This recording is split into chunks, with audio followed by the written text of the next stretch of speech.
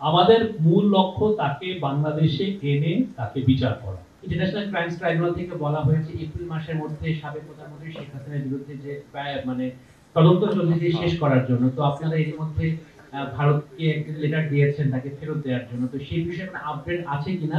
যদি ভারত থেকে তাকে ফেরত না আনা যায় তাহলে ট্রায়াল অফ অ্যাবসেন্সিয়া বা তার অনুপস্থিতিতে বিচার করার আপনারা বিচার করবেন কিনা? ধন্যবাদ।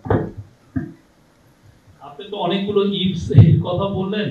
আমাদের মূল লক্ষ্য তাকে বাংলাদেশে এনে তাকে বিচার করা, এবং আপনারা জানেন কিছুদিন আগে ইউনাইটেড নেশনসের যে হিউম্যান রাইটস অফিসের যে রিপোর্ট হয়েছে তাতে স্পষ্ট কি ধরনের ক্রাইম উনি করেছেন। উনি ওরা যেটা বলেছে যে তাকে অ্যাকিউজ করা হচ্ছে যে উনি ক্রাইমস এগেইনস্ট হিউম্যানিটি করেছেন। এটা কিন্তু খুবই বড় ভয়ঙ্কর রকমের একটা ক্রাইম। আপনি মানবতার বিরুদ্ধে আপনি ক্রাইম করেছেন।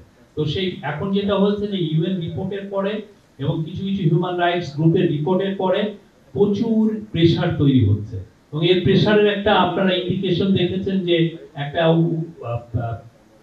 ইন্ডিয়া টুডে একটা সার্ভে করেছে, সেখানে দেখা যাচ্ছে যে 55% চান যে তাকে বাংলাদেশে ফেরত পাঠাতে, আবার সার্টেন পার্সেন্টেজ চাচ্ছেন যে তাকে অন্য দেশে দিতে, মানে মাত্র 16 না 17% চাচ্ছেন যে সেই ইন্ডিয়াতে থাকুক।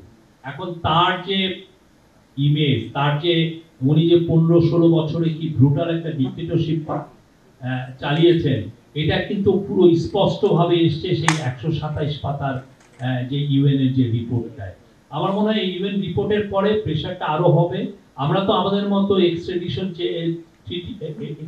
চেয়ে তার ইন্ডিয়াকে জানিয়েছি, আমাদের প্রেশারটা অব্যাহত থাকবে এবং আমরা চাবো তাকে এনে সশরীরে হাজির করে তার ট্রায়ালটা হতে।